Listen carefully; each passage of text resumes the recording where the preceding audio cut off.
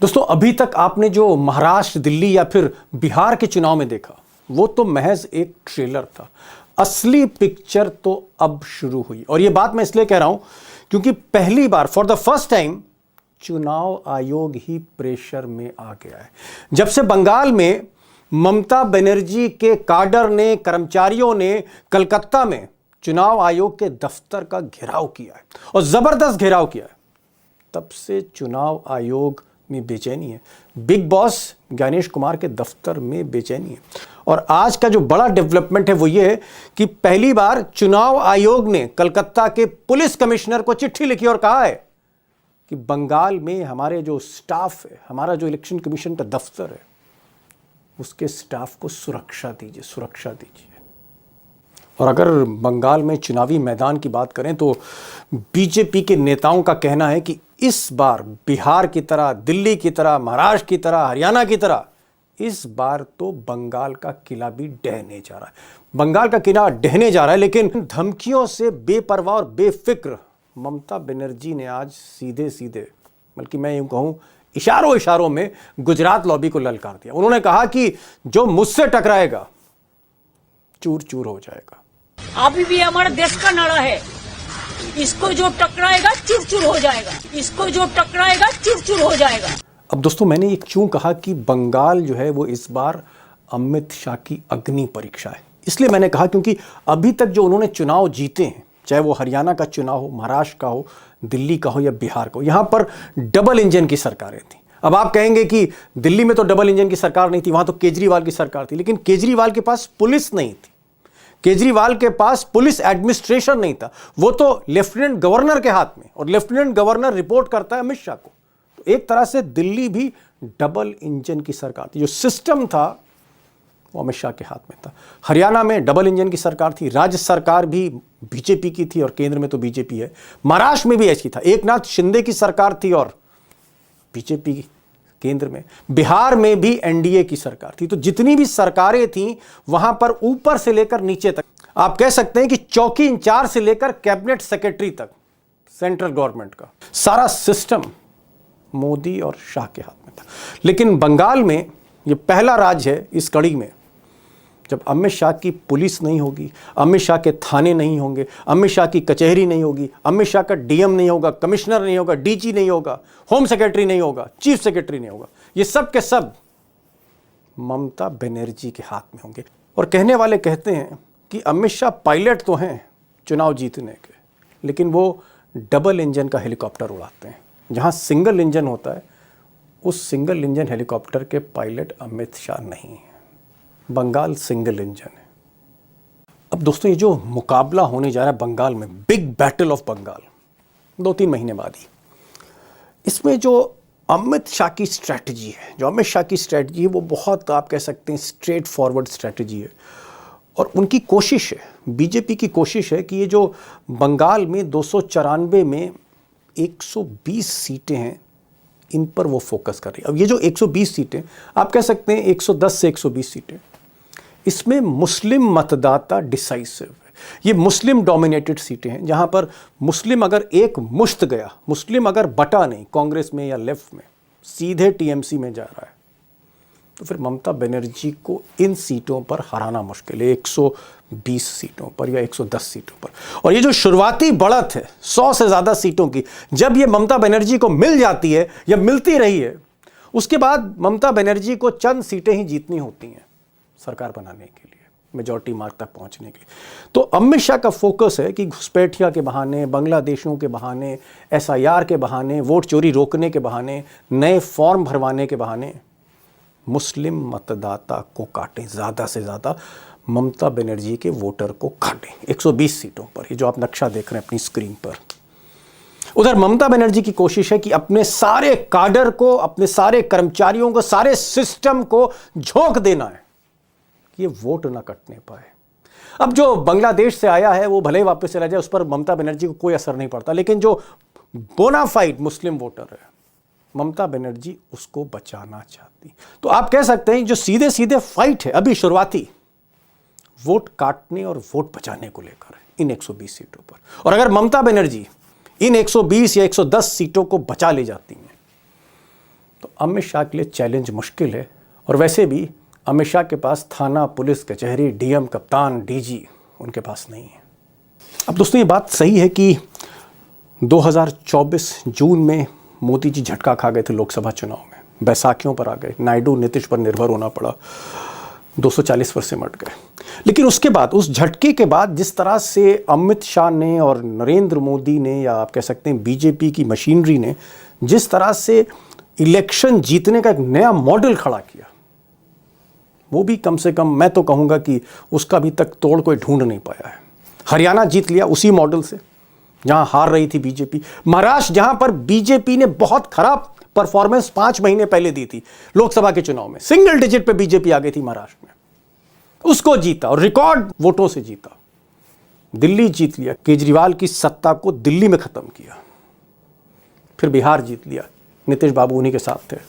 लेकिन इन सारे राज्यों में डबल इंजन की सरकार है, ऊपर भी बीजेपी है, नीचे भी बीजेपी है। जीतना आसान था। लेकिन क्या ये जो नया मॉडल है ये बंगाल में कामयाब होगा? और जो रथ एक तरह से रुक गया था 2024 में, जो आगे बढ़ता गया हरियाणा में, महाराष्ट्र में, दिल्ली में, बिहार में, क्या इस रथ को, मोदी के इस रथ को ममता बनर्जी रोक पाएंगी? और अगर ममता बनर्जी इस रथ को रोक लेती हैं तो आगे जो चुनाव हो रहे हैं, उत्तर प्रदेश में होना है चुनाव, अखिलेश यादव की परीक्षा है, 1.25 साल बाद वहां चुनाव है। पंजाब में चुनाव है, केजरीवाल एक ही किला बचा है, दिल्ली चला गया। तो फिर अखिलेश और केजरीवाल के लिए बड़ी राहत होगी अगर ममता बनर्जी इस विजय रथ को रोक देती हैं। बहरहाल शुरुआती जो दौर है इस वक्त वो election commission versus Mamata Banerjee है। और ये पहला राउंड अगर ममता बनर्जी ने जीत लिया तो मैंने कहा कि कहीं ना कहीं वो अपनी फाउंडेशन खड़ी कर देंगी जीत के लिए। और अगर ये पहला राउंड वो हार जाती हैं ज्ञानेश कुमार से, चीफ इलेक्शन कमिश्नर से, और एसआईआर में उनके बहुत से वोट कट जाते हैं, जैसे तेजस्वी के वोट कट गए बिहार में, तो फिर तो मुश्किल है। तो पहला राउंड बड़ा डिसाइसिव है, क्या होने जा रहा है और आगे क्या होगा। अमित शाह के और भी कई प्लान हैं। अमित शाह सिर्फ एक पत्ते से नहीं खेलते, पत्ते बदलते रहते हैं, फेंटते रहते हैं। आगे क्या होने जा रहा है। आज 2 एक्सपर्ट को बुलाया, मुझे लगा कि जिन्हें राजनीति की भी पूरी समझ हो और इलेक्शन कमीशन, इस इलेक्शन प्रोसेस की भी सारी समझ हो, इस खेल की भी सारी। हेमंत अत्री साहब को आज मैंने बुलाया। 20-25 वर्षों से वो इलेक्शन से लेके पॉलिटिक्स सब कुछ देख रहे हैं, उनको भी सुनिए। उमाकांत जी तो फिर टीएन सेशन के ज़माने से इलेक्शन कमीशन कवर कर रहे हैं, उनको भी सुनिए। और मुझे लगता है मेरी बात सुन ली, इनको भी सुन लीजिए। अत्री साहब, आपको क्या लग रहा है कि बिहार एक ट्रायल था जहां अमित शाह ने इस वोट की चोरी, वोट के खेल को एग्जामिन किया एक लैब में? असली इम्तिहान जो है वो पश्चिम बंगाल में, और असली खेल वहीं होना है। दीपक जी 100% सही बात कह रहे हैं आप, बिल्कुल 100% ये बात सही है कि बिहार के अंदर केवल एक ट्रायल हुआ है और उसका असली जो उसको वैलिडेट करना होता है ना, उसको वैलिडेशन, उसका असली इम्तिहान जो है उसकी अग्नि परीक्षा ज्ञानेश कुमार की, उसकी जी, वो असल में सबसे जो महत्वपूर्ण चीज है सरकार के लिए, वो वेस्ट बंगाल के लिए, इसमें कोई शक मत मानिएगा।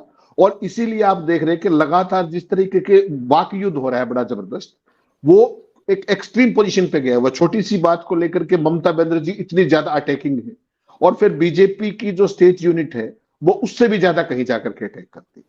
लेकिन दीपक जी, इसमें जो सबसे इंटरेस्टिंग चीज आपने पहली बार देखी होगी, आप दोनों इतने सीजन्ड जर्नलिस्ट हैं, कि पहली बार एक चीज देखी होगी आपने कि चुनाव आयोग खुद को डिफेंड नहीं करता, चुनाव आयोग को डिफेंड केवल बीजेपी करती है।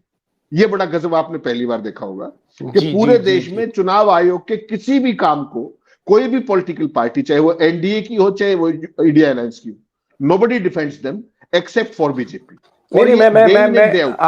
आप अपने स्क्रीन पर वो विजुअल्स देख सकते हैं, जिस विजुअल में सबसे पहले जब ममता बनर्जी के जो अधिकारी हैं, कर्मचारी हैं, बीएलओ है पश्चिम बंगाल सरकार के, वो जब घेराव कर लेते हैं कलकत्ता में इलेक्शन कमीशन की बिल्डिंग का, उसके कुछ देर के बाद बीजेपी के नेता भी वहां पहुंच जाते हैं और डिफेंड करने लग जाते हैं इलेक्शन कमीशन को। ये हम पहली बार हम देख रहे थे।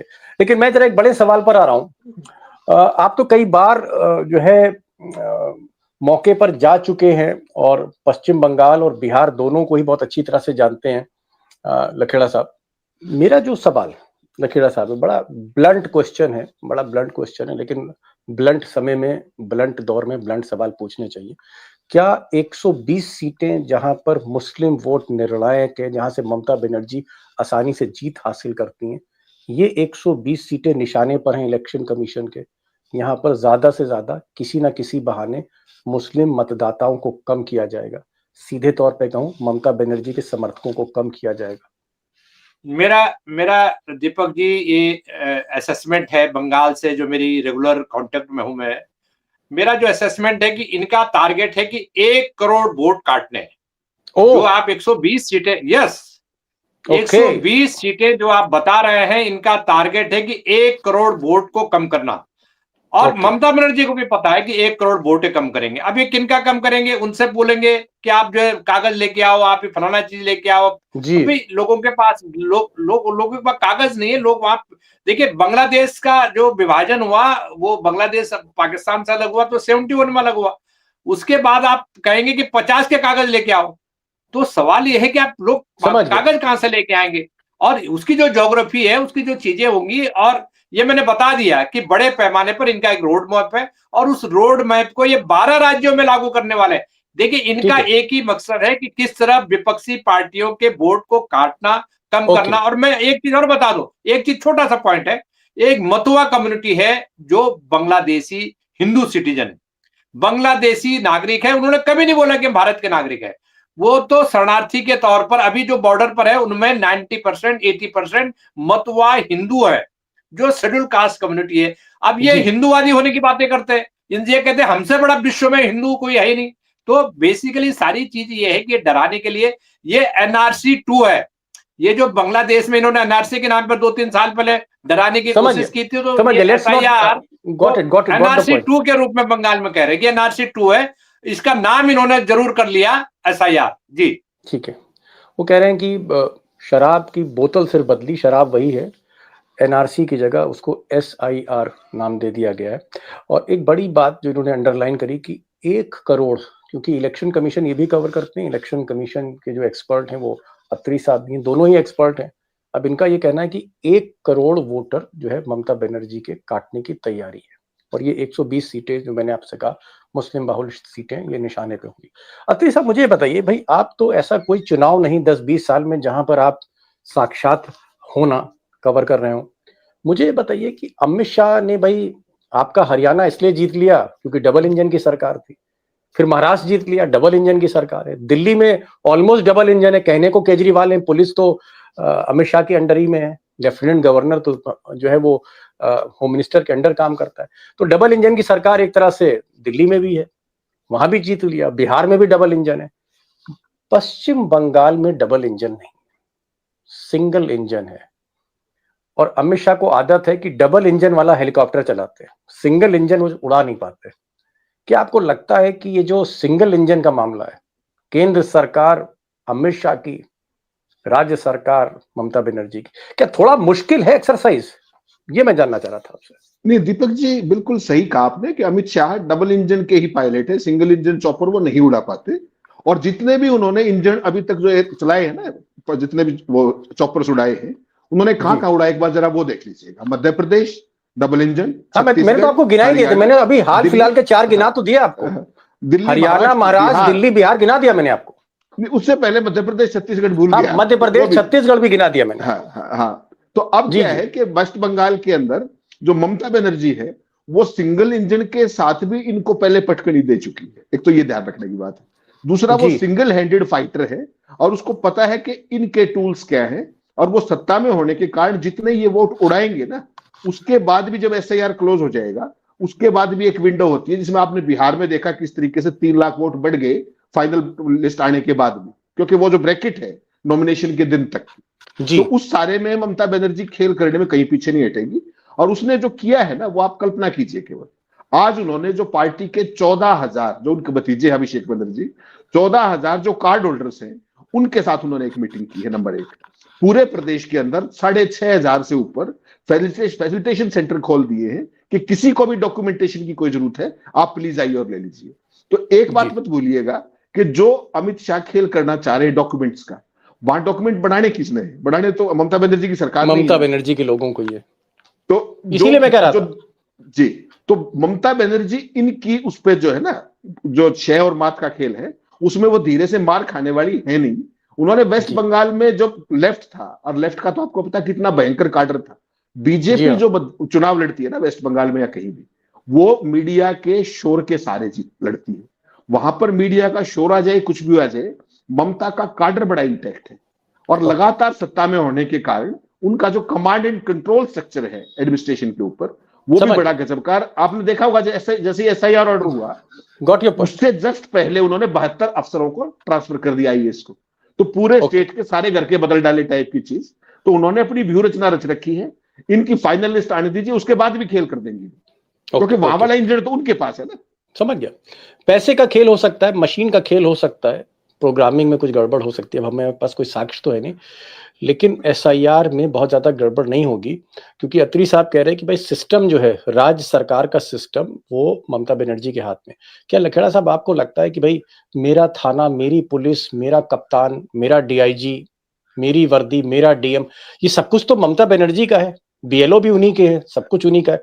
क्या अगर सारा स्टाफ, सरकारी स्टाफ, अगर एग्जीक्यूशन जो है वो ममता बनर्जी के हाथ में है, तो क्या ज्ञानेश कुमार खेल कर पाएंगे, या चैलेंज है ज्ञानेश कुमार के लिए भी? नहीं, आपका जो प्रश्न दीपक जी, आपका बड़ा वाजिब सवाल है, और हर आदमी ये सवाल कलकत्ता से दिल्ली तक पूछ रहा है। आपने जो दो पार्ट है, छोटे छोटे पार्ट है, खत्म करूंगा मैं। एक तो ममता बनर्जी जो पर आपने कहा कि 120 सीटें ममता बनर्जी को झटका लगेगा। असल में मैंने नहीं कहा, मैं कहा कि 120 सीट पे फोकस है, जहां मुस्लिम निर्णायक है, हाँ, वहां उनका फोकस है। और अगर वहां हालत ये है, जो मेरी रिपोर्ट्स है, कि बड़ी तादाद में मुस्लिम जो संगठन है, जो मुस्लिम आबादी है, उन 100 जो भी सीटें हैं, वहां ममता बनर्जी के बहुत डरी हुई है, खुद भी डरी हुई। इसलिए डरी हुई है कि वहां जो मुस्लिम ऑर्गेनाइजेशंस हैं या मुस्लिम आबादी है, उनका कहना है कि भाई आप लड़ क्यों नहीं रही हैं।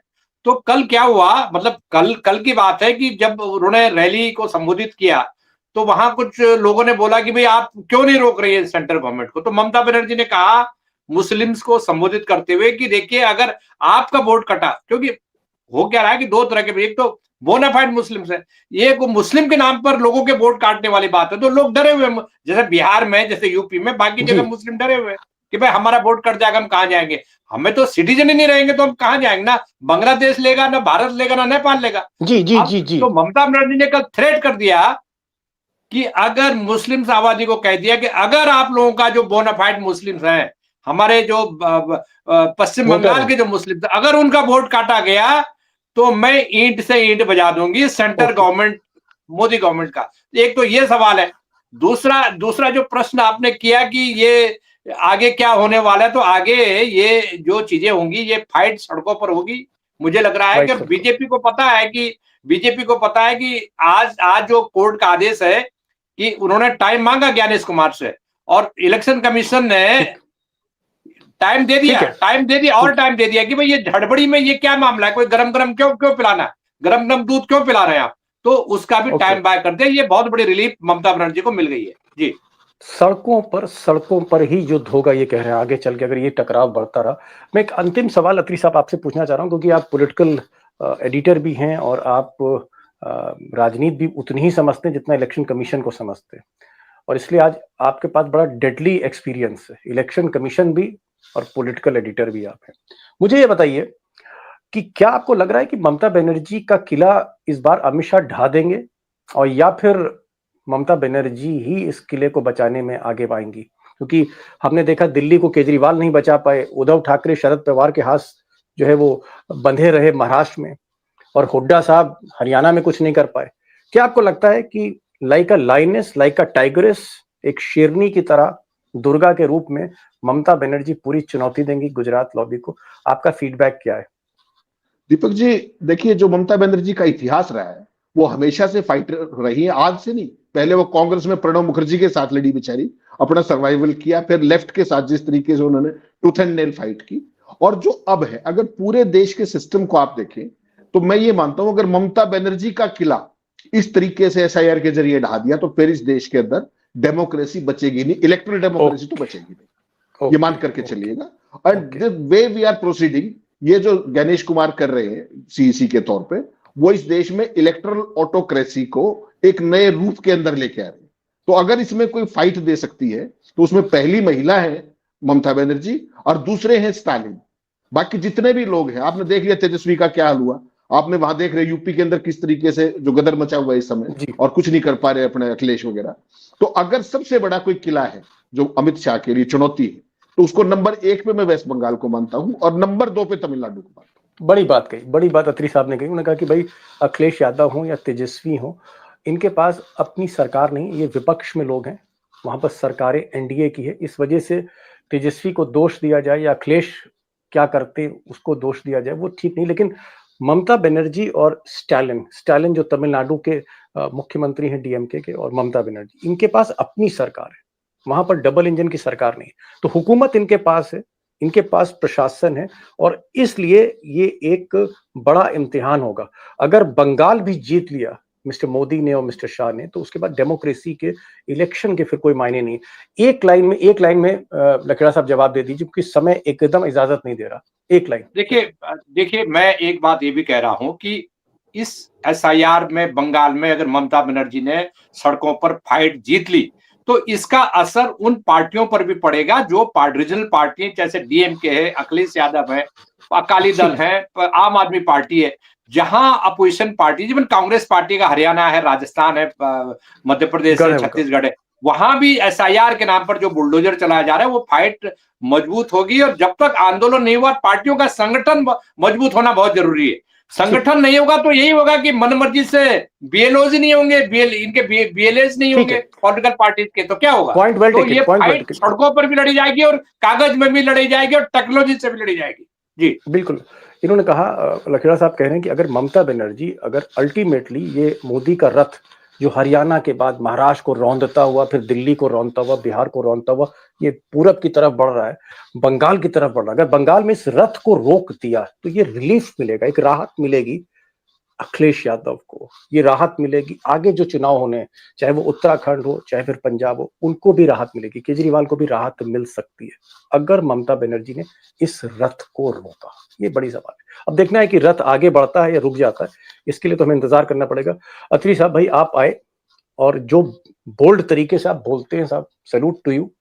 आज के दौर में इतनी bold voice, I am really amazed. Lakhera साहब आपने भी बहुत वैल्यूएबल इनपुट्स दी, उसके लिए बहुत बहुत शुक्रिया। Thank you so much both of you for joining this programme. Thank you so much. और बिहार में चुनावी झलकियां देख रहे थे, लेकिन अब आप देश की सबसे भयानक इलेक्शन वॉर देखने जा रहे हैं, चुनावी जंग देखने जा रहे हैं जो बंगाल में लड़ी जा रही है। और ये एक ऐसी जंग है जहां पहली बार चुनाव आयोग के तोते उड़े हाथ से, और बीजेपी, मोदी शाह की बीजेपी वाकई प्रेशर में है। अब मोदी का सारा सिस्टम क्यों प्रेशर में है, इसकी वजह सिर्फ एक है, ममता बनर्जी, जो मोदी से दो दो हाथ करने के लिए सड़कों पर उतर आई हैं, बंगाल की सड़कों पर उतर आई हैं, और हजारों का काफिला उनके साथ चल रहा है। और भरी महफिल में, पूरी भीड़ में माइक लेकर ममता बनर्जी मोदी को चैलेंज दे रही। आज तो उन्होंने गजब ही कर दिया। उन्होंने कहा कि अगर बंगाल में उन्हें छेड़ा गया या बीजेपी ने उन पर कोई हमला करा तो वो पूरे देश में बीजेपी की ईंट से ईंट बजा देंगी, नींव हिला देंगी। सुनिए बंगाली में क्या कह रही हैं दीदी। আমাকে আঘাত করলে আমি সারা ভারতবর্ষ হিলিয়ে দেব, এটা মাথায় রেখো। और इससे पहले इसी बंगाल की सड़कों पर चलते हुए ममता बनर्जी ने इशारों में मोदी शाह को चैलेंज देते हुए कहा था कि जो उनसे टकराएगा चूर चूर हो जाएगा। अभी भी हमारे देश का नारा है, इसको जो टकराएगा चूर चूर हो जाएगा। अब दोस्तों बंगाल में जो थोड़ी सी अजीब बात है, जो बिहार में, दिल्ली में, महाराष्ट्र और हरियाणा में नहीं थी, बंगाल इस कड़ी में पहला ऐसा राज्य है जहां ऊपर का चुनाव का सिस्टम भले ही मोदी शाह के हाथ में हो या इलेक्शन कमीशन के हाथ में हो, लेकिन जो चुनाव का राज्य का सिस्टम है, नीचे का जो सिस्टम है, बेस है, वो ममता बनर्जी के हाथ में। ममता बनर्जी के हाथ में सरकार के, राज्य सरकार के बीडीओ हैं, बीएलओ हैं, डीएम हैं, एडीएम हैं, कप्तान हैं, पुलिस है, थाने हैं, कचहरी है। सारा सिस्टम जो राज्य का है वो ममता बनर्जी के हाथ में। ऊपर का सिस्टम भले ही मोदी शाह के हाथ में हो। इसीलिए ममता बनर्जी लगातार सड़क पर चलते हुए मोदी शाह के सिस्टम को चुनौती दे रही हैं और बीजेपी इस सिंगल इंजन स्टेट में थोड़ा घबराई हुई है। बौखलाहट आप देख सकते हैं। जब एक मुख्यमंत्री कहती है कि आग लग जाएगा, देश टूट जाएगा, देश के नींव को हिला देंगे, भारतीय जनता पार्टी को छोड़ा नहीं जाएगा, हमारे ही कार्यकर्ताओं के खिलाफ उकसाया जाता है। बंगाल में न जाने कितने भारतीय जनता पार्टी के कार्यकर्ताओं को मारा गया है, मौत के घाट उतारा गया है, उसके बाद भी मुख्यमंत्री इस प्रकार की भाषा का प्रयोग करती है।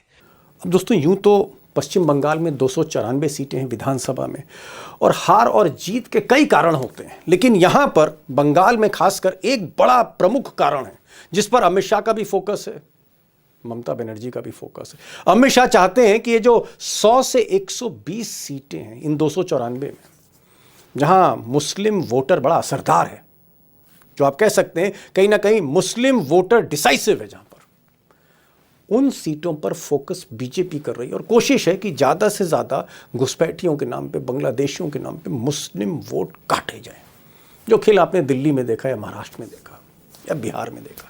इस तरह का गेम प्लान है गुजरात लॉबी का और ममता बनर्जी का प्लान है कि इन 120 सीटों में अगर वो अपना वोटर बचा ले गई तो फिर उन्हें कोई मात नहीं दे सकता। इसीलिए ममता बनर्जी इस वक्त 3 बातों पर फोकस कर रही हैं।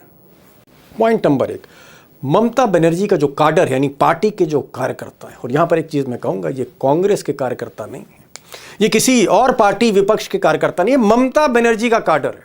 आप कह सकते हैं एक तरह से एक आर्मी है, एक सेना है काडर की, जो कुछ भी करने को तैयार है। तो ममता बनर्जी ने पार्टी का पूरा काडर झोंक दिया है कि भाई वोट चोरी ना होने पाए, वोट ना कटने पाए, और खासकर जो फोकस है वो इन्हीं 120 सीटों पर है। और पॉइंट नंबर 2, ये भी बड़ा इंपॉर्टेंट है जहां ममता बनर्जी फोकस कर रही। मैंने दोस्तों पहले भी आपसे कहा था कि चुनाव की जो ऊपरी मशीनरी, टॉप मशीनरी जो है, इलेक्शन कमीशन कह लीजिए या टॉप अधिकारी कह लीजिए, वो जहां मोदी शाह के हाथ में है, वहीं जो निचली मशीनरी है, नीचे की जो मशीनरी है, वो राज्य सरकार के हाथ में होती है। राज्य सरकार ममता बनर्जी की है। तो जो BLO हैं या BDO हैं, ब्लॉक डेवलपमेंट ऑफिसर हैं, डिस्ट्रिक्ट मजिस्ट्रेट हैं, जिन्हें आप रिटर्निंग ऑफिसर कहते हैं, SDM है, ये जो सारा जो अधिकारियों का ताना बाना है, ये ममता बनर्जी के हाथ में। चाहे वो आप BDO कह लीजिए, चाहे BLO कह लीजिए, चाहे शिक्षक कह लीजिए, यानी जो एग्जीक्यूट करते हैं, जो फॉर्म भरते हैं वोट के, काटते हैं, जोड़ते हैं, ये फौज ममता बनर्जी की है। और इस फौज को ममता बनर्जी ने पूरी तरह से मोटिवेट कर रखा है। और पॉइंट नंबर 3, ममता बनर्जी पहली ऐसी शख्स हैं, पहली ऐसी नेता हैं विपक्ष की जो खुलकर कह रही हैं कि भाई गुजरात लॉबी की गुंडागर्दी से डरना नहीं। और शायद अपने काडर का उत्साह बढ़ाने के लिए, नेताओं का, उम्मीदवारों का, या जो जिनको अब टिकट मिलेगा उनका उत्साह बढ़ाने के लिए ममता बनर्जी बतौर मुख्यमंत्री खुद सड़कों पर उतर रही, सड़कों पर चल रही, पदयात्रा चल रही है, सीट सीट, हर सीट से गुजर रही हैं, हर कस्बे से गुजर रही हैं, मोटिवेट कर रही हैं। अब दोस्तों, अगर आप 2024 लोकसभा के बाद के जितने भी विधानसभा चुनाव हुए, अगर आप देखते हैं सरसरी तौर पर, तो जैसे हरियाणा है, लोकसभा के तुरंत बाद हुआ था, हरियाणा में मोदी और शाह ने मिलकर या सिस्टम ने मिलकर कांग्रेस के नेता भूपेंद्र हुड्डा को, यानी कांग्रेस जो जीत रही थी, शिकस्त दे दी उसको। महाराष्ट्र में अगर आप देखें तो उद्धव ठाकरे, शरद पवार, कांग्रेस राहुल गांधी को हरा दिया, दिल्ली में केजरीवाल को हरा दिया, बिहार में तेजस्वी और राहुल की चुनौती को ध्वस्त कर दिया। क्या बंगाल में ममता बनर्जी को हरा पाएंगे मोदी और Shah? That is a big question. अब अगर मैं पिछली बार की बात करूं तो पिछली बार 2021 में जब चुनाव हुए थे तो अमित शाह ने कहा था कि जिस तरह से हमने 2019 जीता और बंगाल में शॉक दिया ममता बनर्जी को, ऐसा ही शॉक हम विधानसभा में देने जा रहे हैं। और अमित शाह ने घूम घूम के ऐलान किया था कि 200 सीटें आ रही, 200 सीटें आ रही। लेकिन जिस दिन नतीजे आए, 200 छोड़िए, 100 छोड़िए, अमित शाह को यानी बीजेपी को 77 सीटें मिली और ममता बनर्जी को 215। बहुत से सर्वेस कह रहे थे कि ममता बनर्जी इस बार 150 के अंदर सिमट जाएंगी, कोई कह रहा था कि 100 में सिमट जाएंगी। ममता बनर्जी 215 और अमित शाह रह गए 77 पर। ममता बनर्जी का जो वोट प्रतिशत था 48% प्लस था, 48% प्लस, और बीजेपी 38% पे थी। 10% का वोटों में अंतर था। बिग विक्ट्री थी ममता बनर्जी को। क्या इस बार हराना संभव है, मुमकिन है अमित शाह के लिए? और एक बात फिर से दोहराना चाहूँगा कि अमित शाह डबल इंजन सरकार के एक्सपर्ट, यानी जहाँ राज्य सरकार भी उनकी होती है, केंद्र सरकार तो उनकी है, जहाँ डबल इंजन होता है तो अमित शाह अच्छी बैटिंग करते हैं। लेकिन जहाँ पर सिंगल इंजन है, जहाँ सिर्फ केंद्र सरकार जो है वो मिस्टर अमित शाह की, राज्य सरकार उनकी नहीं है, वहाँ शाह साहब का ट्रैक रिकॉर्ड बहुत अच्छा नहीं है। बंगाल में सिंगल इंजन सरकार है, ममता बनर्जी की सरकार है, बीजेपी की नहीं, डबल इंजन नहीं। तो क्या ये अमित शाह की अग्नि परीक्षा है? ये जो चुनाव है, जिसको मैं कह रहा हूं कि बहुत ही भयानक इलेक्शन वॉर है, क्या अमित शाह की अग्नि परीक्षा है या ममता बनर्जी की अग्नि परीक्षा? आज मैंने एक खास मेहमान को बुलाया है, श्रवण गर्ग। श्रवण गर्ग साहब 70 के दशक से ममता बनर्जी को जानते हैं। 50-55 साल का रिपोर्टिंग का अनुभव है। जयप्रकाश नारायण जैसे नेता के साथ उन्होंने काम किया है। कई बड़े अखबारों के संपादक रहे, बड़ी पैनी निगाह रखते हैं। ऐसे बहुत से सवाल श्रवण गर्ग से किए हैं जो मुझे लगता है आप भी करना चाहेंगे। उनके जवाब सुनिएगा। और क्योंकि इलेक्शन कमीशन का मामला भी थोड़ा थोड़ा इंपॉर्टेंट है, तो मैंने आज उमाकांत जी को भी बुलाया है। गर्ग साहब, आपको क्या लग रहा है, अग्नि परीक्षा ममता बनर्जी की है या अग्नि परीक्षा अमित शाह की है इस बार बंगाल में? ममता बनर्जी तो रोज अग्नि परीक्षा देती रहती है वहां। ये तो मोदी शाह की अग्नि परीक्षा है कि वो बंगाल को बिहार बनाना चाहते हैं, या दिल्ली बनाना चाहते हैं, या हरियाणा बनाना चाहते हैं, या महाराष्ट्र बनाना चाहते हैं। वो ममता बनर्जी के होते संभव नहीं है। दूसरा ये कि शाह साहब का और मोदी जी का जो खौफ गुजरात में है, वहाँ के पूरे राज्य पर, एडमिनिस्ट्रेशन पर, उससे ज्यादा ममता बनर्जी का है पूरे बंगाल पर। तो इसलिए ममता बनर्जी से कोई देश में कोई मुकाबला ही नहीं है कि यहाँ पूर्व में ममता बनर्जी और साउथ में स्टालिन, ये दो नेता ऐसे हैं कि जिनसे जीतना बीजेपी के लिए बहुत मुश्किल है। ममता बनर्जी को डराना या उसको बिहार बनाने की कोशिश करना बहुत उसके, क्योंकि एक तो जैसा आपने भी कहा, कोई डबल इंजन तो है नहीं बीजेपी के लिए। अब कहीं डबल इंजन नहीं है, केवल असम को छोड़कर। और वहाँ जैसे केरल में नहीं है, तमिलनाडु में नहीं है, बंगाल में नहीं है। अब दिक्कत का काम है मोदी जी के लिए पूरे भारत में। नहीं तो गर्ग साहब, ये आप जो डबल इंजन पे फोकस कर रहे हैं कि साहब वहां बंगाल में डबल इंजन नहीं है, तमिलनाडु में डबल इंजन नहीं है, मतलब डबल इंजन होता है तो क्या हो जाता है? अमित शाह के लिए क्या काम आसान हो जाता है? आप देखिए बिहार में कैसे काम आसान हुआ, हरियाणा में कैसे काम आसान हुआ, दिल्ली में कैसे काम आसान हुआ, महाराष्ट्र में कैसे काम आसान हुआ। और जो आपने बताया कि इलेक्शन कमीशन ने चिट्ठी लिखी पुलिस के कमिश्नर को, क्यों लिखी? वहां तो नहीं लिखी, बिहार में तो कभी नहीं लिखना पड़ी। बिहार में तो बाहर की पुलिस, बीजेपी के राज्यों की पुलिस को भेजा गया। बाहर के इलेक्शन कमीशन ने बाहर के आईएएस अधिकारियों को भेजा वहां इलेक्शन के लिए। बंगाल में संभव नहीं है।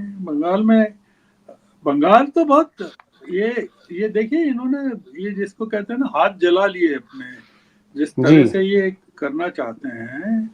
और वो मतलब वहाँ बीजेपी का कोर हिंदू वोटर जो है, वो भी ममता बनर्जी का जो शासन है उससे खौफ खाता है। इसलिए सब व्यापार धंधे वाले लोग हैं, बनिए माहेश्वरी और तमाम लोग हैं। तो वो इसलिए ये जो आप देखिए, एक चीज देखिए कि ममता बनर्जी ने रिक्वेस्ट की या मांग की इलेक्शन कमीशन मिले, उनके प्रतिनिधिमंडल टीएमसी का मिले, इलेक्शन कमीशन तैयार हो गया। इलेक्शन कमीशन ने कहा 5 लोग आएंगे, उन्होंने कहा नहीं हम 10 भेज रहे हैं, तो 10 सांसद जा रहे हैं मिलने के लिए। तो ममता बनर्जी को कहाँ दबाएंगे? तो इसलिए, और दूसरा एक आप और सोचिए कि पिछले लोकसभा चुनाव में 2024 के चुनाव में इतना जोर लगाया बीजेपी ने, क्या हुआ? उनकी सीटें 18 से घट के 12 रह गई बीजेपी की, और टीएमसी की 22 से बढ़ के 29 हो गई।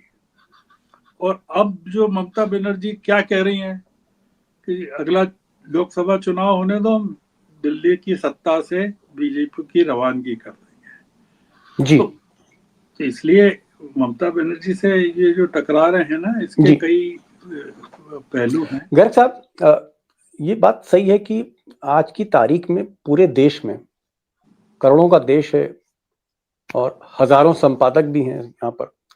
आप जैसा एक्सपीरियंस जो 50 साल से बड़े बड़े अखबारों में बड़े बड़े नेताओं को आप कवर कर रहे हैं। जयप्रकाश नारायण के साथ आपने काम किया, जो जिसे कहते हैं कि नेहरू के बाद अगर कोई सबसे बड़ा नेता हुआ पिछले 70-75 बरस में तो जयप्रकाश थे।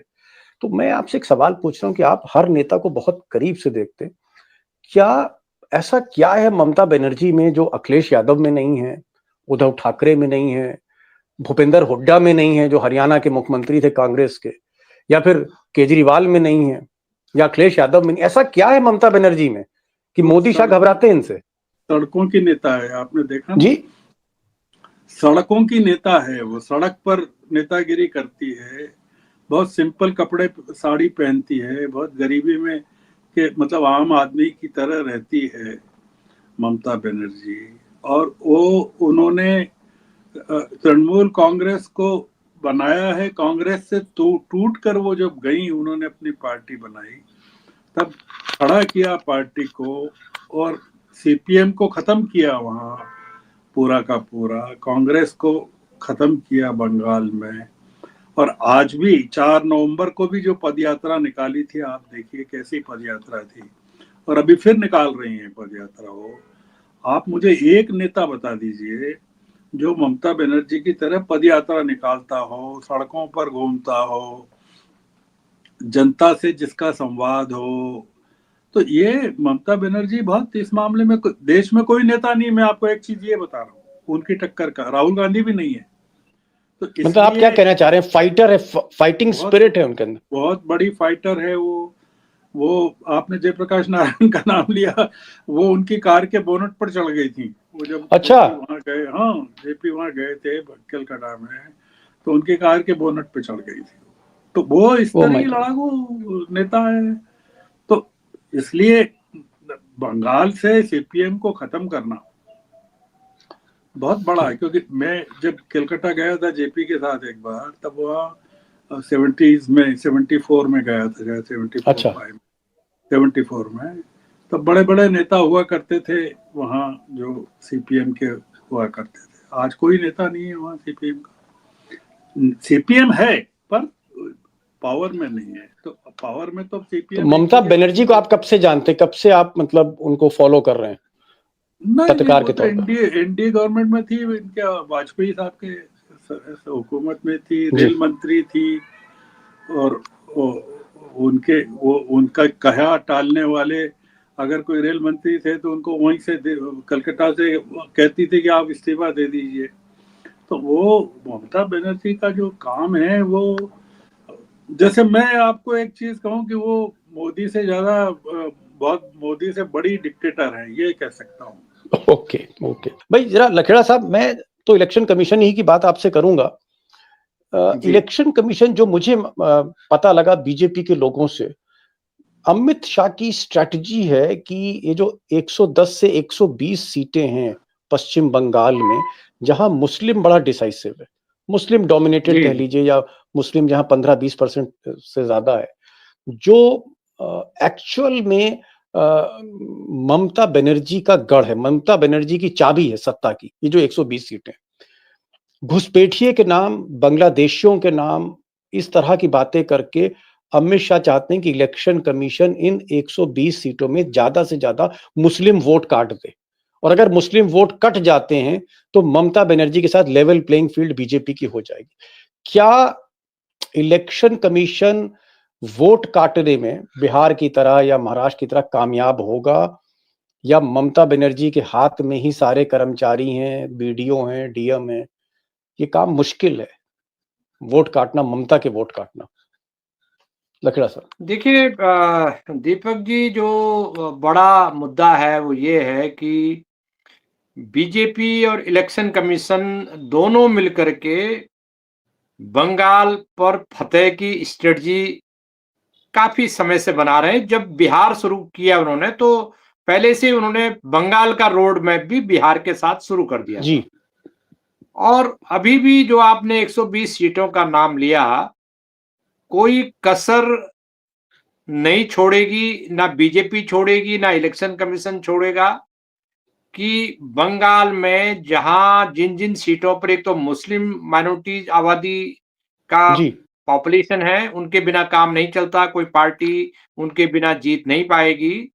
एक तो वो टारगेट पे है, लेकिन जो अल्टीमेट बंगाल और बिहार में ये है, ये भेद है कि बिहार में तो इन्होंने सुपड़ा साफ कर दिया अपोजिशन का। बंगाल में ये पूरी कोशिश करने के बाद भी 8-10% डेंटिंग से ऊपर जा नहीं पाएंगे। ओके। और जहां 60-70 हजार का 60 हजार का एक जीत का रेशियो है तृणमूल कांग्रेस का जिन सीटों पर, वहां ये ज्यादा 15 कम करेंगे, 45 से 60 से 45 तक करेंगे, इससे ज्यादा वो कर नहीं पाएंगे। क्योंकि उसकी वजह यह है कि ममता बनर्जी 365 दिन में 360 दिन डे एंड नाइट काम करती हैं, जो भारतीय जनता पार्टी के बस की बात बंगाल में नहीं है। दूसरा, उसका जो कैडर है, वो कैडर राउंड द क्लॉक काम कर रहा है, उनकी मशीनरी राउंड द क्लॉक काम करती है। उनकी मेरी जो असेसमेंट है कि उनकी ममता बनर्जी की मशीन कभी सोती नहीं है। ये रेलगाड़ी की तरह दिन रात काम करती रहती है। भारतीय जनता पार्टी वाले भले ही सो जाए। तो ये जो काम है, और साम दाम दंड भेद के मामले में ममता बनर्जी बीजेपी से कम नहीं है, जैसे श्रवण जी कह रहे हैं। और दूसरी बात जो सबसे बड़ा इंपॉर्टेंट है, कि जरूरी बात है कि बिहार का जो क्रैश कोर्स, बिहार में जो एसआईआर हुआ, उसको तृणमूल कांग्रेस और ममता बनर्जी ने बड़ा मॉनिटर किया, बड़े क्लोजली। एक किस्म से उनको क्रैश कोर्स हो गया उनका। और 8 महीने का टाइम मिल गया, 8 महीने का टाइम मिल गया इनकी जो इलेक्शन कमीशन की जो बदमाशी है, जो धांधली है, बीजेपी वालों का जो धांधली है। और राज्य में चूंकि तृणमूल कांग्रेस वहां विपक्षी पार्टी है, वहां तो ये कर नहीं पाएंगे मनमानी। इलेक्शन कमीशन, आपने इलेक्शन कमीशन से रिलेटेड सवाल पूछा, तो इलेक्शन कमीशन उस लेवल की धांधली नहीं कर पाएगा जिस लेवल की धांधली मैसिव लेवल पर उन्होंने बिहार में की है। मैसिव एक इंपॉर्टेंट बात मिस्टर लखेड़ा ने की, इलेक्शन कमीशन 35 साल से देख रहे हैं। इनका ये कहना है कि जो इलेक्शन कमीशन खेल कर रहा था दिल्ली में या बिहार में, उसको कई महीनों से बहुत क्लोजली ममता बनर्जी और उनके ब्यूरोक्रेट्स ने उसको स्टडी किया, उसको मॉनिटर किया, उसकी गलतियां अच्छाइयां सब समझी। और इस वक्त बंगाल में जो इलेक्शन मशीनरी स्टेट की, राज्य की, जिसमें बीडीओ हैं, जिसमें डिस्ट्रिक्ट मजिस्ट्रेट हैं, जिसमें एडीएम हैं, ये जो सरकारी अफसर हैं राज्य सरकार के, वो सब आप कह सकते हैं कि ममता बनर्जी के फिंगर टिप्स में पर्सनली नोन है। और ममता बनर्जी की जो स्टेट मशीनरी है, उनकी अफसरशाही जो है रात दिन काम करती। ऐसे में इलेक्शन कमीशन को बहुत ज्यादा कामयाबी नहीं मिलेगी। बहुत हद तक ये हो सकता है कि कुछ प्रतिशत वोट कटे, जिनका 15-20 सीटों तक प्रभाव पड़ सकता है। लेकिन अंतर बहुत है, फासला बहुत है वोट प्रतिशत का ममता बनर्जी और बीजेपी के बीच में। इसलिए कहीं ना कहीं उनकी नाव पार कर जाएगी ममता बनर्जी की, ये कह रहे हैं। भाई चलिए, मान लिया आप दोनों का मैंने असेसमेंट मान लिया। आप कह रहे हैं कि इट इज वेरी डिफिकल्ट। एक तो वहां डबल इंजन की सरकार नहीं है, फिर बीजेपी का कभी बंगाल गढ़ नहीं रहा। मान लीजिए गर्ग साहब, अगर ममता बनर्जी ने मोदी और शाह का जो रथ चल रहा है, इस रथ को रोक दिया, यानी ममता बनर्जी जीत गई। अगर मोदी को बंगाल में रोक दिया जाता है, तो क्या आपको लगता है राजनीति में थोड़ा सी एक राहत मिलेगी अपोजिशन को? ऐसा आपको लगता है? तो ये बड़ी रिलीफ होगा, बहुत बड़ी राहत होगी अगर मोदी का रथ रुकता है। हाँ, नहीं रुक जाएगा वो मोदी का रथ। तो कोविड के टाइम में 2020 में जब 21 में अमित शाह जी ने कहा कि 200 सीटें मिलेगी हमको, तो बड़ी बड़ी रैलियां की उन्होंने वहां, और हमारे इंदौर के बड़े बीजेपी के जो नेता हैं कैलाश विजयवर्गीय, वो वहाँ प्रभारी थे। उन्होंने इस तरह का माहौल बनाया था कि ये तो 200 सीटें मिलने वाली है। उसमें उसके बाद से कैलाश विजयवर्गीय कभी गए नहीं वहाँ बंगाल में, उस पराजय के बाद से। तो इसलिए ये जो बीजेपी को 2020 का जो सदमा लगा है ना, बावजूद इसके नंदीग्राम में ममता हार गई थी और बाद में उपचुनाव में जीती वो, इस ममता को समझना बहुत मुश्किल काम है। मतलब ये बीजेपी जो मानती है कि इस देश में अगर कोई लोकतंत्र को या बीजेपी को चेक कर पाएगा तो वो दक्षिण में स्टालिन कर पाएंगे, क्योंकि विंध्याचल के पार उस बीजेपी को घुसने नहीं देंगे। और सर ईस्ट पूरब में ममता है। और अब आप देख रहे हैं ना महाराष्ट्र में क्या हो रहा है, फडणवीस और शिंदे के बीच में युद्ध चल रहा है जी तरह। अब आप सोचिए कि बीजेपी महाराष्ट्र को नहीं संभाल पा रही है तो बंगाल को क्या संभालेगी।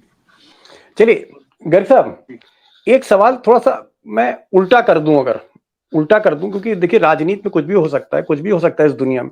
मान लीजिए अमित शाह और मोदी हरा ही देते हैं ममता बनर्जी को, अगर ये सिंगल इंजन जीत लिया और हरा दिया, फिर राजनीति आपको क्या लग रही देश की?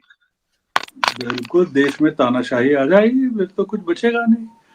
हालांकि इनके लिए बंगाल जीतना बहुत जरूरी है, क्योंकि अगर दिल्ली से चलें तो नॉर्थ ईस्ट तक, असम तक और उसके आगे तक मणिपुर तक बीजेपी का साम्राज्य है।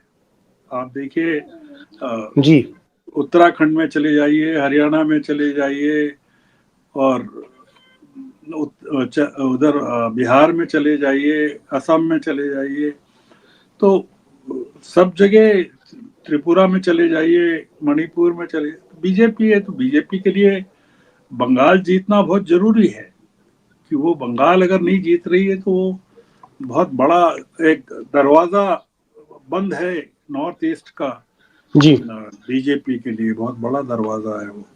तो इसलिए ममता होने नहीं देंगी। देखिए मैं एक चीज मुझे मानना है कि थोड़ा सा कांग्रेस को और सीपीएम को उदारता दिखानी चाहिए। तो इस मामले में न सिर्फ एसआईआर के मामले में कांग्रेस को और सीपीएम को खड़े होना चाहिए ममता के साथ, बल्कि इलेक्शन में भी जो 2020 में इन्होंने गलती की थी अलग लड़के, थोड़ा सा एडजस्टमेंट करना चाहिए, क्योंकि ये जी।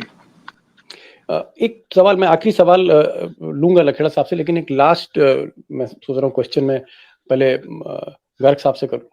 गर्ग साहब, ये ममता बनर्जी की जो वोकैबुलरी, उनकी जो भाषा है, जिस तरह से वो भाषा, हिंदी भी बोल देती हैं कि पूरा जानबूझ के मेरे ख्याल बोलती हैं हिंदी की, अमित शाह सुन लें और मोदी समझ लें।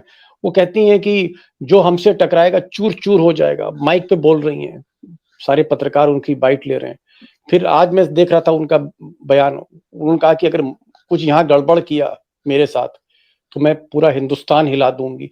ये जो भाषा है, जिस तरह से वो बात करती है, मैं देश हिला दूंगी, मैं चूर चूर कर दूंगी, ये मैसेजिंग क्या है? मतलब मोदी शाह को क्या बताना चाह रही है इस तरह की भाषा? दुर्गा है, क्या है?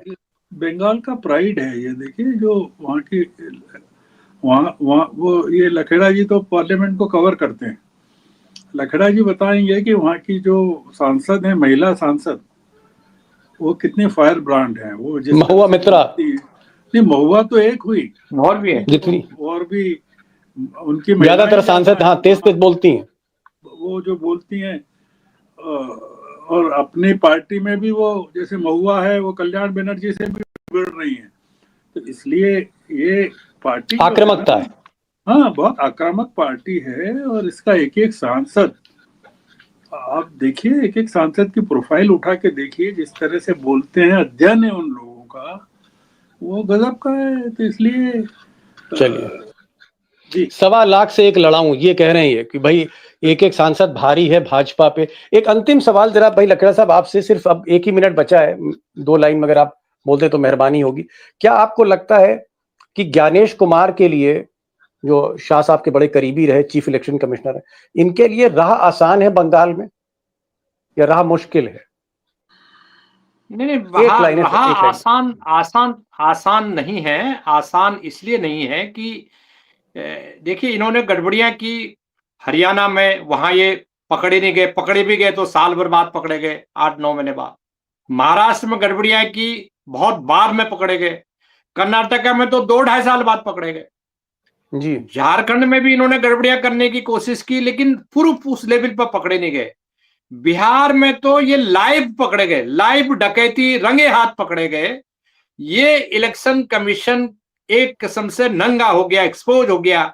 ज्ञानेश कुमार और भारतीय जनता पार्टी की जो करतूतें हैं, ये बिहार में एक्सपोज होगी। मुझे लग रहा है देश के लिए बहुत अच्छा हो गया। बाकी देश की जनता को भी पता लग गया, विपक्षी पार्टियां ओवर अलर्ट हो गई, और चुनाव आयोग की जो सेंटिटी थी, जो उस पर लोग भरोसा करते थे, कहते थे कि अगर कुछ गड़बड़ करोगे तो हम इलेक्शन कमीशन से शिकायत कर देंगे, लोग कह रहे जाओ शिकायत कर लो, क्योंकि सब कॉमन मैन का एक परसेप्शन चला गया इलेक्शन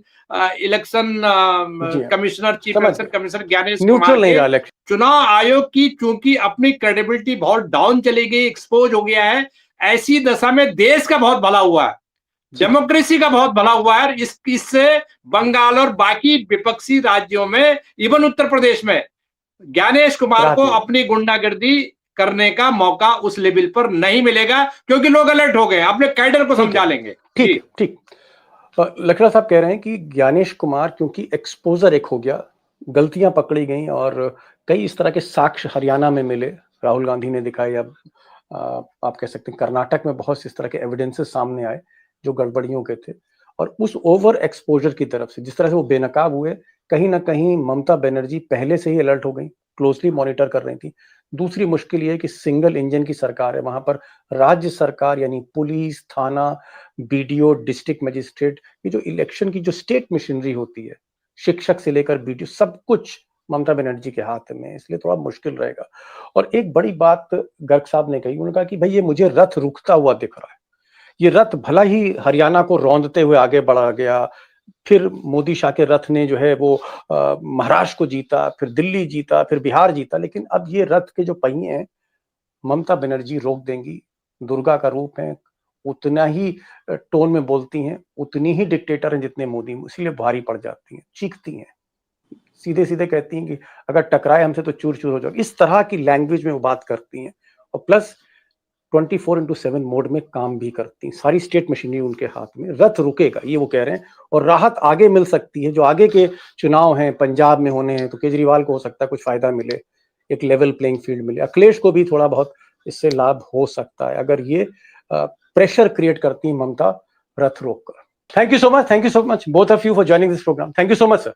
बंगाल में लड़ी जा रही है और ये एक ऐसी जंग है जहां पहली बार चुनाव आयोग के तोते उड़े हाथ से, और बीजेपी, मोदी शाह की बीजेपी वाकई प्रेशर में है। अब मोदी का सारा सिस्टम क्यों प्रेशर में है, इसकी वजह सिर्फ एक है, ममता बनर्जी, जो मोदी से 2-2 हाथ करने के लिए सड़कों पर उतर आई हैं, बंगाल की सड़कों पर उतर आई हैं, और हजारों का काफिला उनके साथ चल रहा है। और भरी महफिल में, पूरी भीड़ में माइक लेकर ममता बनर्जी मोदी को चैलेंज दे रही।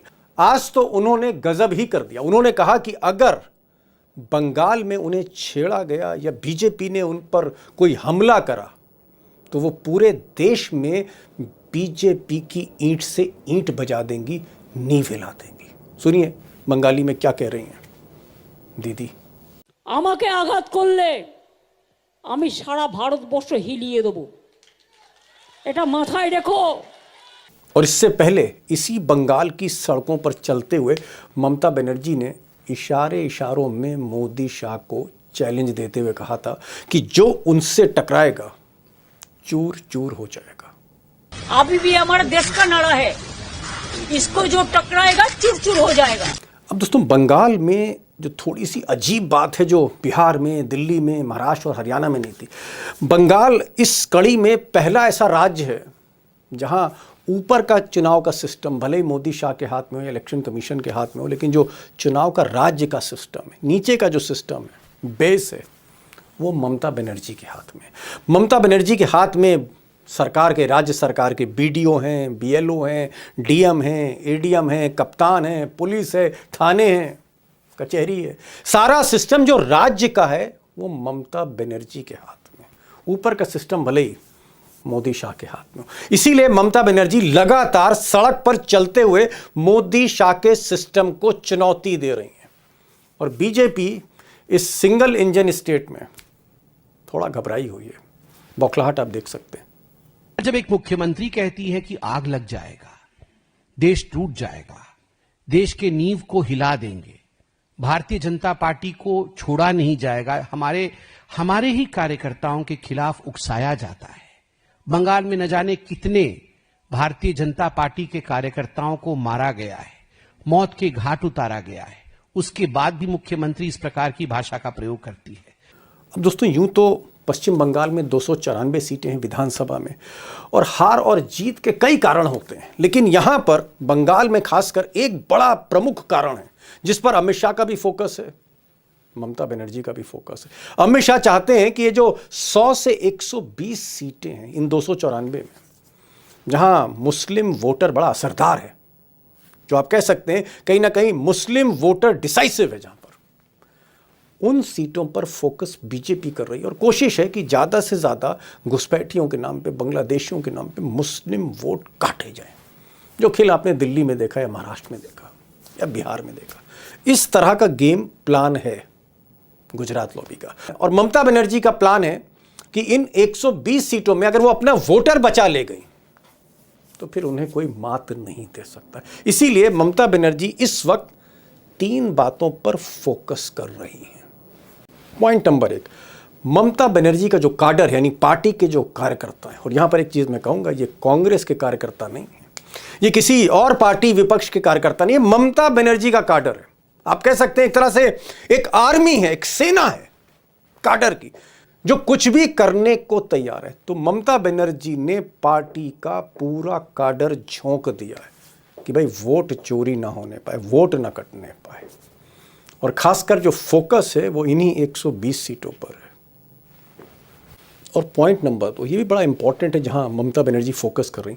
मैंने दोस्तों पहले भी आपसे कहा था कि चुनाव की जो ऊपरी मशीनरी, टॉप मशीनरी जो है, इलेक्शन कमीशन कह लीजिए या टॉप अधिकारी कह लीजिए, वो जहां मोदी शाह के हाथ में है, वहीं जो निचली मशीनरी है, नीचे की जो मशीनरी है, वो राज्य सरकार के हाथ में होती है। राज्य सरकार ममता बनर्जी की है। तो जो बीएलओ हैं या बीडीओ हैं, ब्लॉक डेवलपमेंट ऑफिसर हैं, डिस्ट्रिक्ट मजिस्ट्रेट हैं, जिन्हें आप रिटर्निंग ऑफिसर कहते हैं, एसडीएम है, ये जो सारा जो अधिकारियों का ताना बाना है, ये ममता बनर्जी के हाथ में। चाहे वो आप बीडीओ कह लीजिए, चाहे बीएलओ कह लीजिए, चाहे शिक्षक कह लीजिए, यानी जो एग्जीक्यूट करते हैं, जो फॉर्म भरते हैं वोट के, काटते हैं, जोड़ते हैं, ये फौज ममता बनर्जी की है। और इस फौज को ममता बनर्जी ने पूरी तरह से मोटिवेट कर रखा है। और पॉइंट नंबर 3, ममता बनर्जी पहली ऐसी शख्स हैं, पहली ऐसी नेता हैं विपक्ष की जो खुलकर कह रही हैं कि भाई गुजरात लॉबी की गुंडागर्दी से डरना नहीं। और शायद अपने काडर का उत्साह बढ़ाने के लिए, नेताओं का, उम्मीदवारों का, या जो जिनको अब टिकट मिलेगा उनका उत्साह बढ़ाने के लिए ममता बनर्जी बतौर मुख्यमंत्री खुद सड़कों पर उतर रही, सड़कों पर चल रही, पदयात्रा चल रही है, सीट सीट, हर सीट से गुजर रही हैं, हर कस्बे से गुजर रही हैं, मोटिवेट कर रही हैं। अब दोस्तों, अगर आप 2024 लोकसभा के बाद के जितने भी विधानसभा चुनाव हुए, अगर आप देखते हैं सरसरी तौर पर, तो जैसे हरियाणा है, लोकसभा के तुरंत बाद हुआ था, हरियाणा में मोदी और शाह ने मिलकर या सिस्टम ने मिलकर कांग्रेस के नेता भूपेंद्र हुड्डा को, यानी कांग्रेस जो जीत रही थी, शिकस्त दे दी उसको। महाराष्ट्र में अगर आप देखें तो उद्धव ठाकरे, शरद पवार, कांग्रेस राहुल गांधी को हरा दिया, दिल्ली में केजरीवाल को हरा दिया, बिहार में तेजस्वी और राहुल की चुनौती को ध्वस्त कर दिया। क्या बंगाल में ममता बनर्जी को हरा पाएंगे मोदी और Shah? That is a big question. अब अगर मैं पिछली बार की बात करूं तो पिछली बार 2021 में जब चुनाव हुए थे तो अमित शाह ने कहा था कि जिस तरह से हमने 2019 जीता और बंगाल में शॉक दिया ममता बनर्जी को, ऐसा ही शॉक हम विधानसभा में देने जा रहे हैं। और अमित शाह ने घूम घूम के ऐलान किया था कि 200 सीटें आ रही, 200 सीटें आ रही। लेकिन जिस दिन नतीजे आए, 200 छोड़िए, 100 छोड़िए, अमित शाह को यानी बीजेपी को 77 सीटें मिली और ममता बनर्जी को 215। बहुत से सर्वेस कह रहे थे कि ममता बनर्जी इस बार 150 के अंदर सिमट जाएंगी, कोई कह रहा था कि 100 में सिमट जाएंगी। ममता बनर्जी 215 और अमित शाह रह गए 77 पर। ममता बनर्जी का जो वोट प्रतिशत था 48% प्लस था, 48% प्लस, और बीजेपी 38% पे थी। 10% का वोटों में अंतर था। बिग विक्ट्री थी ममता बनर्जी को। क्या इस बार हराना संभव है, मुमकिन है अमित शाह के लिए? और एक बात फिर से दोहराना चाहूँगा कि अमित शाह डबल इंजन सरकार के एक्सपर्ट, यानी जहाँ राज्य सरकार भी उनकी होती है, केंद्र सरकार तो उनकी है, जहाँ डबल इंजन होता है तो अमित शाह अच्छी बैटिंग करते हैं। लेकिन जहाँ पर सिंगल इंजन है, जहाँ सिर्फ केंद्र सरकार जो है वो मिस्टर अमित शाह की राज्य सरकार उनकी नहीं है, वहाँ शाह साहब का ट्रैक रिकॉर्ड बहुत अच्छा नहीं है। बंगाल में सिंगल इंजन सरकार है, ममता बनर्जी की सरकार है, बीजेपी की नहीं, डबल इंजन नहीं। तो क्या ये अमित शाह की अग्नि परीक्षा है? ये जो चुनाव है जिसको मैं कह रहा हूँ कि बहुत ही भयानक इलेक्शन वॉर है, क्या अमित शाह की अग्नि परीक्षा है या ममता बनर्जी की अग्नि परीक्षा? आज मैंने एक खास मेहमान को बुलाया है, श्रवण गर्ग। श्रवण गर्ग साहब 70 के दशक से ममता बनर्जी को जानते हैं। 50-55 साल का रिपोर्टिंग का अनुभव है। जयप्रकाश नारायण जैसे नेता के साथ उन्होंने काम किया है। कई बड़े अखबारों के संपादक रहे, बड़ी पैनी निगाह रखते हैं। ऐसे बहुत से सवाल श्रवण गर्ग से किए हैं जो मुझे लगता है आप भी करना चाहेंगे। उनके जवाब सुनिएगा। और क्योंकि इलेक्शन कमीशन का मामला भी थोड़ा थोड़ा इंपॉर्टेंट है तो मैंने आज उमाकांत जी को भी बुलाया है। गर्ग साहब, आपको क्या लग रहा है, अग्नि परीक्षा ममता बनर्जी की है या अग्नि परीक्षा अमित शाह की है इस बार बंगाल में? ममता बनर्जी तो रोज अग्नि परीक्षा देती रहती है वहाँ। ये तो मोदी शाह की अग्नि परीक्षा है कि वो बंगाल को बिहार बनाना चाहते हैं, या दिल्ली बनाना चाहते हैं, या हरियाणा बनाना चाहते हैं, या महाराष्ट्र बनाना चाहते हैं। वो ममता बनर्जी के होते संभव नहीं है। दूसरा ये कि शाह साहब का और मोदी जी का जो खौफ गुजरात में है, वहाँ के पूरे राज्य पर, एडमिनिस्ट्रेशन पर, उससे ज्यादा ममता बनर्जी का है पूरे बंगाल पर। तो इसलिए ममता बनर्जी से कोई देश में कोई मुकाबला ही नहीं है कि यहाँ पूर्व में ममता बनर्जी और साउथ में स्टालिन, ये दो नेता ऐसे हैं कि जिनसे जीतना बीजेपी के लिए बहुत मुश्किल है। ममता बनर्जी को डराना या उसको बिहार बनाने की कोशिश करना बहुत उसके, क्योंकि एक तो जैसा आपने भी कहा कोई डबल इंजन तो है नहीं बीजेपी के लिए। अब कहीं डबल इंजन नहीं है, केवल असम को छोड़कर। और वहाँ जैसे केरल में नहीं है, तमिलनाडु में नहीं है, बंगाल में नहीं है। अब दिक्कत का काम है मोदी जी के लिए पूरे भारत में। नहीं तो गर्ग साहब, ये आप जो डबल इंजन पे फोकस कर रहे हैं कि साहब वहां बंगाल में डबल इंजन नहीं है, तमिलनाडु में डबल इंजन नहीं है, मतलब डबल इंजन होता है तो क्या हो जाता है? अमित शाह के लिए क्या काम आसान हो जाता है? आप देखिए बिहार में कैसे काम आसान हुआ, हरियाणा में कैसे काम आसान हुआ, दिल्ली में कैसे काम आसान हुआ, महाराष्ट्र में कैसे काम आसान हुआ। और जो आपने बताया कि इलेक्शन कमीशन ने चिट्ठी लिखी पुलिस के कमिश्नर को, क्यों लिखी? वहां तो नहीं लिखी, बिहार में तो कभी नहीं लिखना पड़ी। बिहार में तो बाहर की पुलिस, बीजेपी के राज्यों की पुलिस को भेजा गया। बाहर के इलेक्शन कमीशन ने बाहर के आईएएस अधिकारियों को भेजा वहां इलेक्शन के लिए। बंगाल में संभव नहीं है। बंगाल तो बहुत, ये देखिए इन्होंने, ये जिसको कहते हैं ना, हाथ जला लिए अपने, जिस तरह से ये करना चाहते हैं। और वो मतलब वहाँ बीजेपी का कोर हिंदू वोटर जो है वो भी ममता बनर्जी का जो शासन है उससे खौफ खाता है। इसलिए सब व्यापार धंधे वाले लोग हैं, बनिए माहेश्वरी और तमाम लोग हैं। तो वो इसलिए ये जो आप देखिए, एक चीज देखिए कि ममता बनर्जी ने रिक्वेस्ट की या मांग की इलेक्शन कमीशन मिले, उनके प्रतिनिधिमंडल टीएमसी का मिले। इलेक्शन कमीशन तैयार हो गया। इलेक्शन कमीशन ने कहा 5 लोग आएंगे, उन्होंने कहा नहीं हम 10 भेज रहे हैं, तो 10 सांसद जा रहे हैं मिलने के लिए। तो ममता बनर्जी को कहाँ दबाएंगे? तो इसलिए, और दूसरा एक आप और सोचिए कि पिछले लोकसभा चुनाव में 2024 के चुनाव में इतना जोर लगाया बीजेपी ने, क्या हुआ? उनकी सीटें 18 से घट के 12 रह गई बीजेपी की, और टीएमसी की 22 से बढ़ के 29 हो गई। और अब जो ममता बनर्जी क्या कह रही हैं कि अगला लोकसभा चुनाव होने दो, हम दिल्ली की सत्ता से बीजेपी की रवानगी कर देंगे जी। तो इसलिए ममता बनर्जी से ये जो टकरा रहे हैं ना, इसके कई पहलू हैं। गर्ग साहब, ये बात सही है कि आज की तारीख में पूरे देश में करोड़ों का देश है और हजारों संपादक भी हैं यहाँ पर। आप जैसा एक्सपीरियंस जो 50 साल से बड़े बड़े अखबारों में बड़े बड़े नेताओं को आप कवर कर रहे हैं। जयप्रकाश नारायण के साथ आपने काम किया, जो जिसे कहते हैं कि नेहरू के बाद अगर कोई सबसे बड़ा नेता हुआ पिछले 70-75 बरस में तो जयप्रकाश थे। तो मैं आपसे एक सवाल पूछ रहा हूँ कि आप हर नेता को बहुत करीब से देखते हैं, क्या ऐसा क्या है ममता बनर्जी में जो अखिलेश यादव में नहीं है, उद्धव ठाकरे में नहीं है, भूपेंद्र हुड्डा में नहीं है जो हरियाणा के मुख्यमंत्री थे कांग्रेस के, या फिर केजरीवाल में नहीं है, या अखिलेश यादव में नहीं? ऐसा क्या है ममता बनर्जी में कि मोदी शाह घबराते हैं इनसे?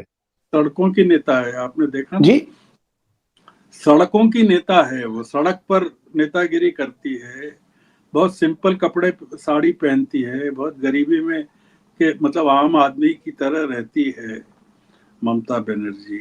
और वो उन्होंने तृणमूल कांग्रेस को बनाया है। कांग्रेस से टूट कर वो जब गई, उन्होंने अपनी पार्टी बनाई, तब खड़ा किया पार्टी को और सीपीएम को खत्म किया वहाँ पूरा का पूरा, कांग्रेस को खत्म किया बंगाल में। और आज भी 4 नवंबर को भी जो पदयात्रा निकाली थी, आप देखिए कैसी पदयात्रा थी, और अभी फिर निकाल रही हैं पदयात्रा वो। आप मुझे एक नेता बता दीजिए जो ममता बनर्जी की तरह पदयात्रा निकालता हो, सड़कों पर घूमता हो, जनता से जिसका संवाद हो। तो ये ममता बनर्जी बहुत, इस मामले में देश में कोई नेता नहीं। मैं आपको एक चीज ये बता रहा हूँ, उनकी टक्कर का राहुल गांधी भी नहीं है। तो मतलब आप क्या कहना चाह रहे हैं? फाइटर है, फाइटिंग स्पिरिट है उनके अंदर, बहुत बड़ी फाइटर है वो आपने जयप्रकाश नारायण का नाम लिया, वो उनकी कार के बोनट पर चढ़ गई थी वो जब अच्छा वहां गए। हाँ, जेपी वहां गए थे कलकत्ता में, तो उनकी कार के बोनट पे चढ़ गई थी। तो वो इस तरह की लड़ाकू नेता है। तो इसलिए बंगाल से सीपीएम को खत्म करना बहुत बड़ा है। क्योंकि मैं जब कलकत्ता गया था जेपी के साथ एक बार, तब वहाँ 70s में 74 में गया था, 74 में, तब बड़े बड़े नेता हुआ करते थे वहाँ जो सीपीएम के हुआ करते थे। आज कोई नेता नहीं है वहाँ सीपीएम का। सीपीएम है पर पावर में नहीं है। तो पावर में तो सीपीएम। तो ममता बनर्जी को आप कब से जानते, कब से आप मतलब उनको फॉलो कर रहे हैं पत्रकार के तौर पर? एनडीए गवर्नमेंट में थी इनके, वाजपेयी साहब के हुकूमत में थी, रेल मंत्री थी, और उनका कहा टालने वाले अगर कोई रेल मंत्री थे तो उनको वहीं से कलकत्ता से कहती थी कि आप इस्तीफा दे दीजिए। तो वो ममता बनर्जी का जो काम है, वो जैसे मैं आपको एक चीज कहूं कि वो मोदी से ज्यादा, बहुत मोदी से बड़ी डिक्टेटर है, ये कह सकता हूँ। ओके भाई, जरा लखेड़ा साहब, मैं तो इलेक्शन कमीशन ही की बात आपसे करूंगा।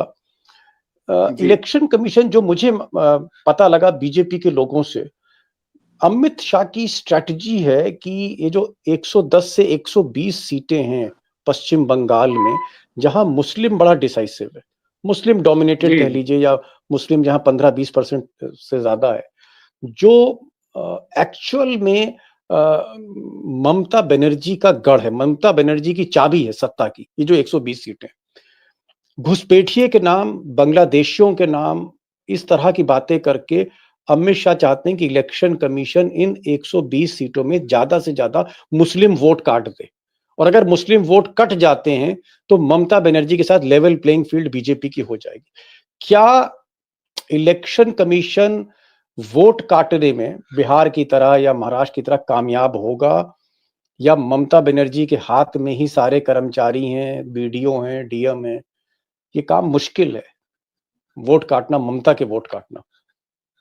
लखेड़ा सर। देखिए दीपक जी, जो बड़ा मुद्दा है वो ये है कि बीजेपी और इलेक्शन कमीशन दोनों मिलकर के बंगाल पर फतेह की स्ट्रेटजी काफी समय से बना रहे हैं। जब बिहार शुरू किया उन्होंने, तो पहले से उन्होंने बंगाल का रोड मैप भी बिहार के साथ शुरू कर दिया जी। और अभी भी जो आपने 120 सीटों का नाम लिया, कोई कसर नहीं छोड़ेगी, ना बीजेपी छोड़ेगी, ना इलेक्शन कमीशन छोड़ेगा, कि बंगाल में जहां जिन जिन सीटों पर एक तो मुस्लिम माइनॉरिटी आबादी का जी। पॉपुलेशन है, उनके बिना काम नहीं चलता, कोई पार्टी उनके बिना जीत नहीं पाएगी।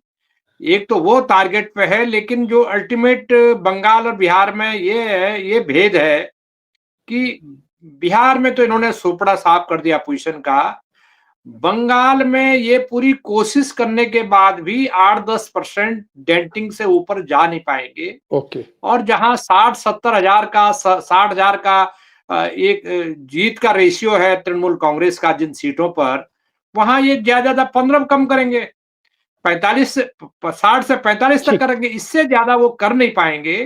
क्योंकि उसकी वजह यह है कि ममता बनर्जी 365 दिन में 360 दिन डे एंड नाइट काम करती हैं, जो भारतीय जनता पार्टी के बस की बात बंगाल में नहीं है।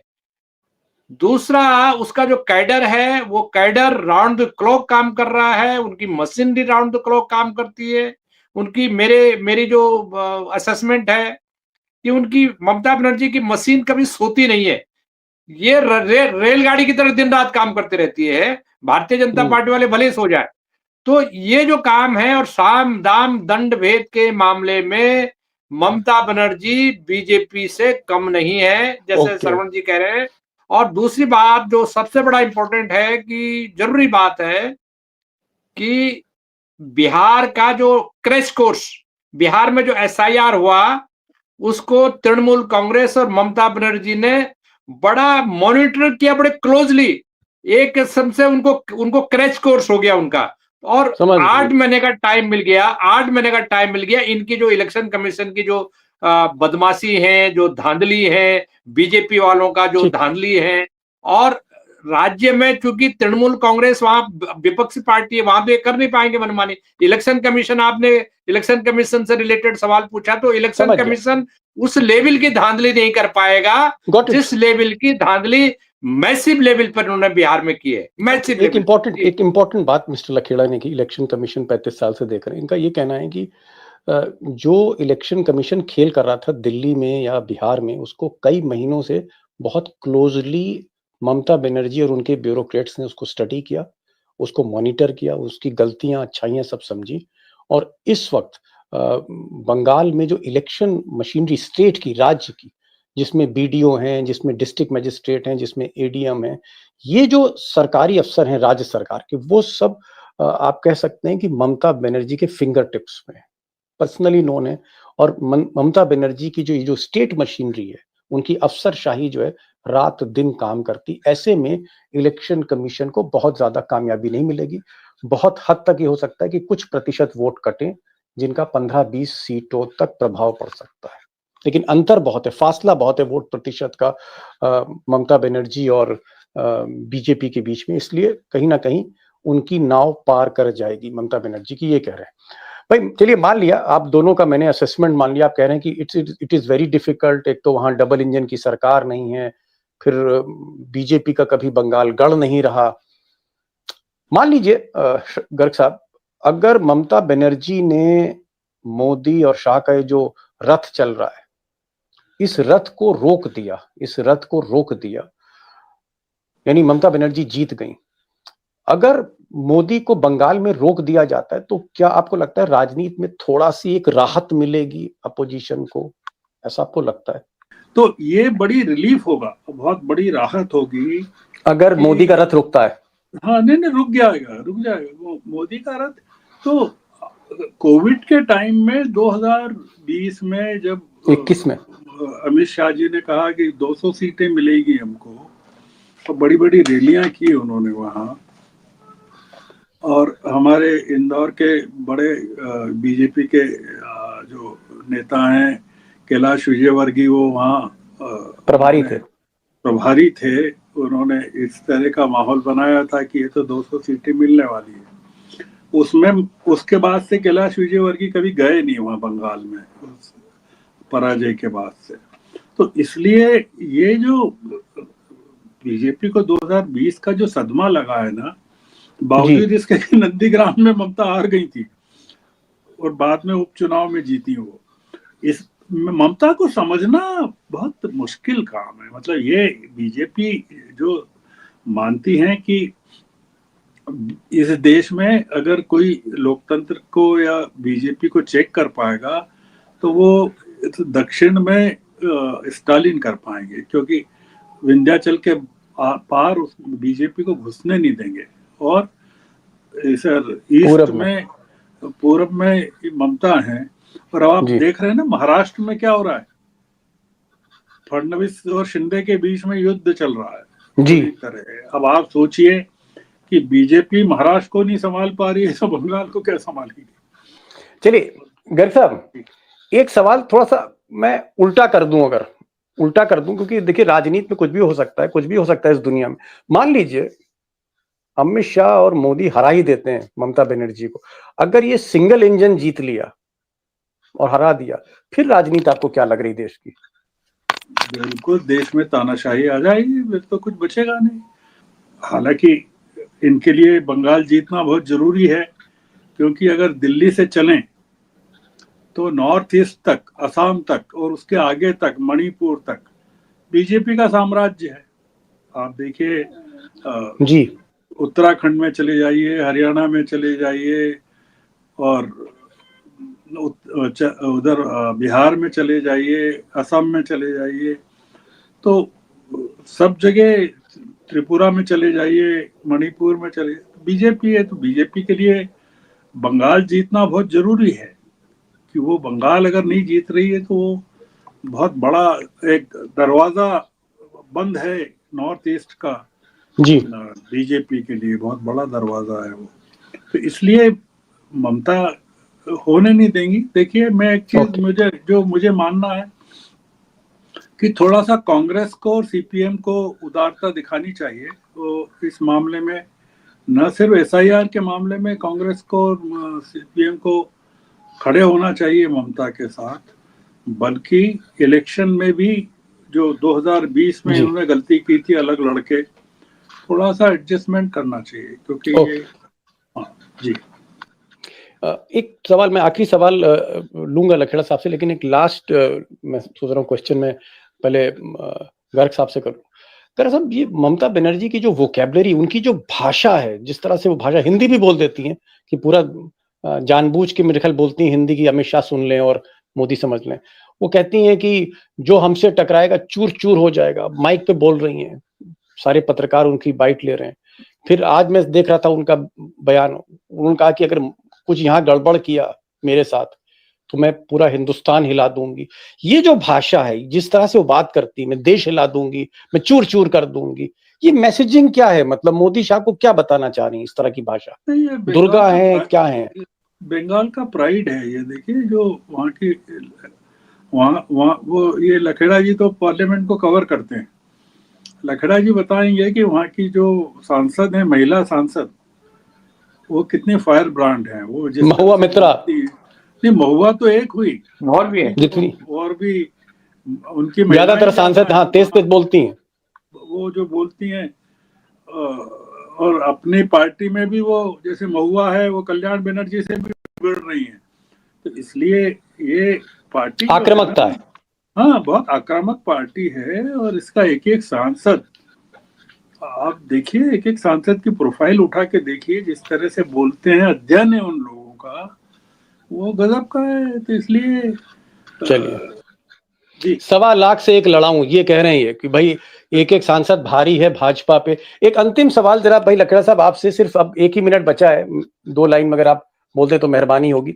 क्या आपको लगता है कि ज्ञानेश कुमार के लिए, जो शाह साहब के बड़े करीबी रहे, चीफ इलेक्शन कमिश्नर है, इनके लिए राह आसान है बंगाल में या राह मुश्किल है? नहीं नहीं, एक लाइन है वहां सर, एक लाइन। आसान आसान आसान नहीं है। आसान इसलिए नहीं है कि देखिए, इन्होंने गड़बड़ियां की हरियाणा में, वहां ये पकड़े नहीं गए, पकड़े भी गए तो साल भर बाद पकड़े गए, 8-9 महीने बाद। महाराष्ट्र में गड़बड़ियां की, बहुत बाद में पकड़े गए। कर्नाटका में तो 2-2.5 साल बाद पकड़े गए।